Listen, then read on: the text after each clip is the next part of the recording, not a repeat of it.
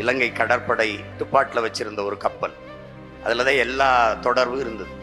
அதை தகர்க்கணும். இப்போ அங்கே இருக்க நீ அதுக்கு உடல்நிலை சரியில்லை. அதான் கரும்புலியில் தேர்வு பண்ணிட்டாங்க. அது உடல்நிலை சரியில்லை, காய்ச்சல்னு சொல்லிட்டா அண்ணன் நம்மளை விட்டுட்டு வேற ஆளை அந்த வாய்ப்பை கொடுத்துருவாரோன்னு பாருங்க. ஒரு பெண்மகளை பாருங்க, இந்த வாய்ப்பை மண்ணின் விடுதலைக்காக மரணிக்க எவ்வளவு போட்டின்னு பாருங்க.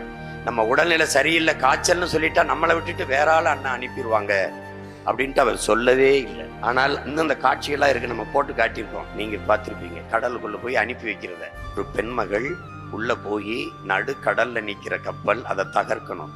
நெஞ்சில குண்டு.